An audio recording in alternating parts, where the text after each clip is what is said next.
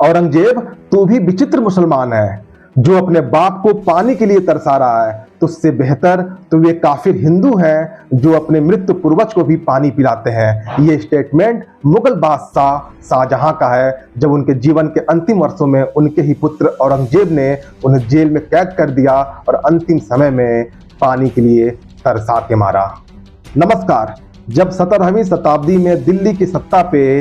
मुगल बादशाह शाहजहां काबिज थे, तब उन्होंने अपने चारों पुत्रों को प्रशासन की जिम्मेदारी सौंपी थी, जिसमें उन्होंने अपने सबसे बड़े बेटे दारा शिकोह को आगरा की प्रशासन, जबकि दूसरे बेटे शाह शुजा को बंगाल का गवर्नर, जबकि दक्कन का औरंगजेब, जबकि गुजरात का गवर्नर मुराद को बनाया था। लेकिन शाहजहां के जीवन के अंतिम वक्त में एक अफवाह फैली कि शाहजहां बीमार है और शाहजहां ने अपने सबसे बड़े बेटे, सबसे योग्य बेटे दारा शिकोह को राजा घोषित कर दिया है। दारा शिकोह वह शख्स था जो सर्वधर्म समभाव में विश्वास करता था। वह सभी धर्मों को समान रूप से देखता था। उसने कई सारे संस्कृत ग्रंथों का फारसी में अनुवाद कराया। उसके अलावा उसने 50 से ज़्यादा उपनिषदों का फारसी में अनुवाद कराया, जिसके वजह से कई सारे मौलाना और दरबार में उपस्थित लोग दारा शिकोह को काफ़ी समझते थे।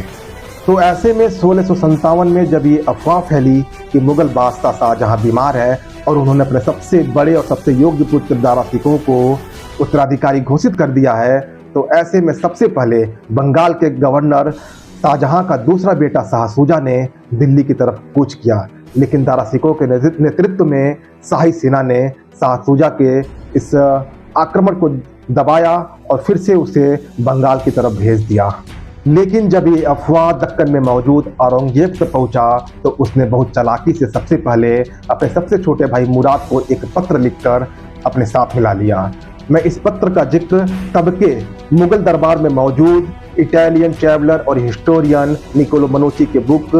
स्टोरियो डो मोगोर को हिंदी में ट्रांसलेट करके सुना रहा हूँ। आप इस पत्र के एक एक शब्द को सुनिएगा, जिससे आपको औरंगजेब की छवि के बारे में काफ़ी कुछ पता चल जाएगा। औरंगजेब अपने भाई मुराद को पत्र में लिखता है, शक्तिशाली राजकुमार मुराद को यह समाचार मिले कि राजकुमार दारा ने हमारे पिता को जहर देकर मार डाला है और उसने सरकार पे कब्जा कर लिया है, जिसका अर्थ है सम्राट की उपाधि धारण करना। इस कारण से राजकुमार शाह शुजा ने सिंहासन को सुरक्षित करने और राजकुमार दारा से बदला लेने के इरादे से एक शक्तिशाली सेना के साथ मार्च किया है। इस तथ्य से मुझे आपको यह बताने के लिए, यह पत्र लिखने के लिए मजबूर किया है कि आपके अलावा मुगल साम्राज्य का सम्राट बनने के योग्य कोई भी राजकुमार नहीं है। यानी औरंगजेब ने इनडायरेक्टली मुराद को यह ऑफर किया, जब हम दिल्ली की सत्ता पे काबिज हो जाएंगे तो आप ही को मुगल बादशाह बनाया जाएगा। और औरंगजेब आगे पत्र में लिखता है कि दारा शिकोह मूर्ति पूजक और मुसलमानों के विश्वास को नष्ट करने वाला है, जबकि प्रिंस शाह शुजा एक विधर्मी है जो सभी के संप्रदाय का पालन करते हैं। इस प्रकार हमारे विश्वास के विपरीत है। जबकि कुरान के प्रति मेरे उत्साह के लिए मुझे आपके पूरे साम्राज्य का सम्राट बनाने के लिए अपनी सारी शक्ति समर्पित करनी होगी, क्योंकि जैसा कि सभी जानते हैं, बहुत समय हो गया जब मैंने दुनिया को त्याग दिया था और मक्का में अपने दिन समाप्त करने की गंभीर प्रतिज्ञा की थी। मैं आपसे जो भी कुछ चाहता हूं वह कुरान की शपथ द्वारा समर्थित एक ईमानदार बयान है। वो कुरान की कसम खा रहा है, वो कुरान का शपथ लेके इस बात को बोल रहा है। ऐसा इस लेटर में औरंगजेब लिखता है। और आगे क्या लिखता है, यदि आप मुझे इस कार्य करने के लिए कुरान की शपथ के साथ अपना वचन देते हैं, तो मैं भी अपनी सारी शक्ति, उपकरण और सरलता का उपयोग करने का वादा करता हूं और आपको दिल्ली के सिंहासन पर बैठाने के लिए हर संभव प्रयास करूंगा। जो मैं कहता हूं उसकी गारंटी के रूप में मैं आपको 1 लाख रुपए भी भेजता हूं, ताकि हमारे बीच एक दृढ़ और शाश्वत मिलन और मित्रता स्थापित हो सके।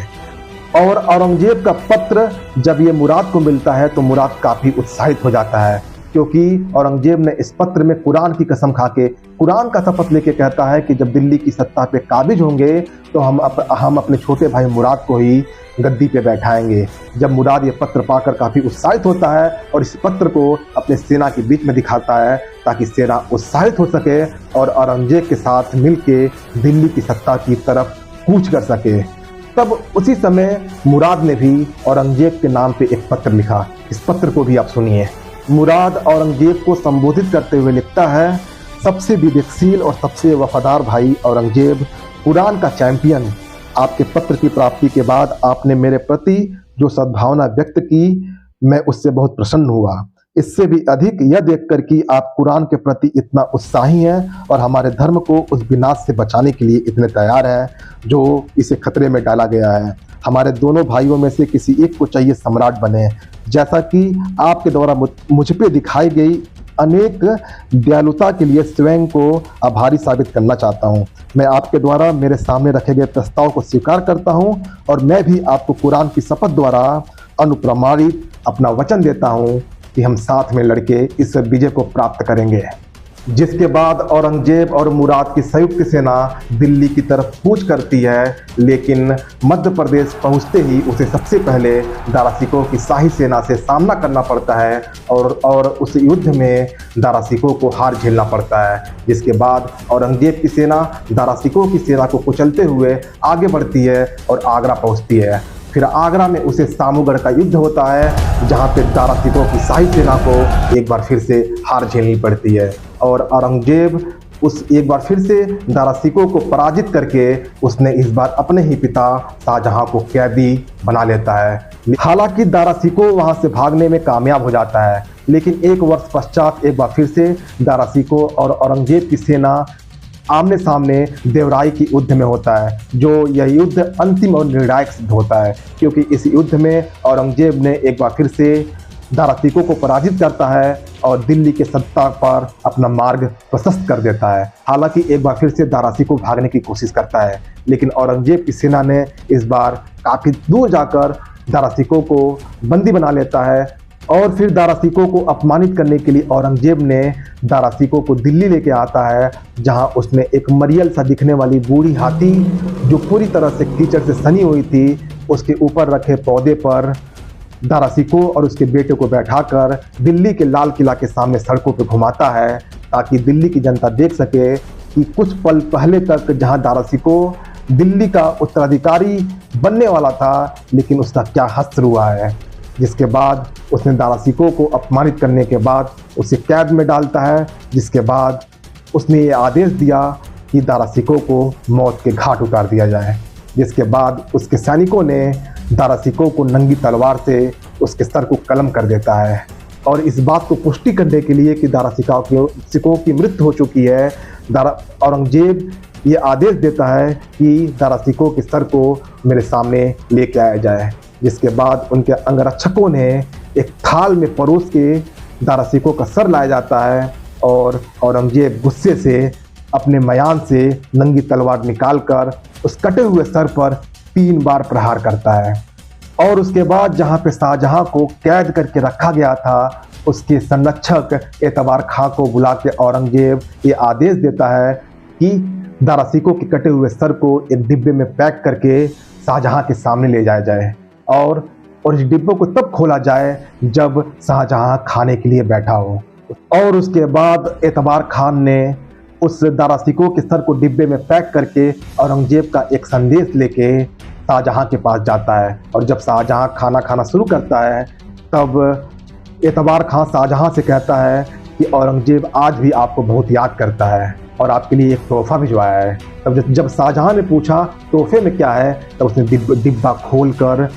दारा शिकोह का कटा हुआ सर उसके सामने रख देता है। जिसके बाद शाहजहां अपने सबसे बड़े बेटे, सबसे योग्य बेटे, सबसे करीबी बेटे का सर कटा हुआ देखकर वहीं पे बेहोश हो जाता है। और औरंगजेब का बर्बरता यही समाप्त नहीं होता है। उसके बाद उसने दारा शिकोह का कटा हुआ सर, दिल्ली में ही एक खूनी दीवार है जहाँ पे उसने दारा शिकोह का कटा हुआ सर लटकवा दिया और अपने बाप शाहजहां को, जो कुछ वर्ष पहले ही मुगल बादशाह थे, उनको 1658 से लेके 1666 तक यानी लगभग 8 वर्षों तक कैद में रखा और उन्हें बहुत ही सीमित मात्रा में टूटे फूटे मटकी में पानी भिजवाता था, खाना भिजवाता था और पानी के लिए तड़पा तड़पा के मारा। तो उसी वक्त शाहजहां ने ये बात कही, औरंगजेब तुम बड़े विचित्र मुसलमान हो, तुमसे बेहतर तो वे काफिर हिंदू हैं जो अपने मरे हुए पूर्वज को भी पानी पिलाते हैं।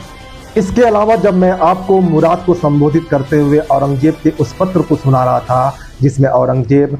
कुरान का शपथ ले रहा था, कुरान की कसमें खा रहा था कि जब वो दिल्ली की सत्ता पे आसीन होगा तब वो अपने छोटे भाई मुराद को ही मुगल बादशाह बनाएगा। लेकिन कुरान का कसम खाने के बाद भी, कुरान का शपथ लेने के बाद भी औरंगजेब ने धोखे से मुराद को बंदी बना लेता है और उसे जान से मरवा के अपने रास्ते का अंतिम कांटा को भी निकाल के फेंक देता है और खुद दिल्ली पे मुगल बादशाह बनने का अपना मार्ग प्रशस्त कर लेता है। तो शाहजहां, औरंगजेब और दारा शिकोह से जुड़े इस दिलचस्प किस्से के इस अंक में इतना ही। अगर आपको ये वीडियो अच्छा लगा हो तो वीडियो को लाइक करें, चैनल को सब्सक्राइब करें और अपने दोस्तों में शेयर करना ना भूलें।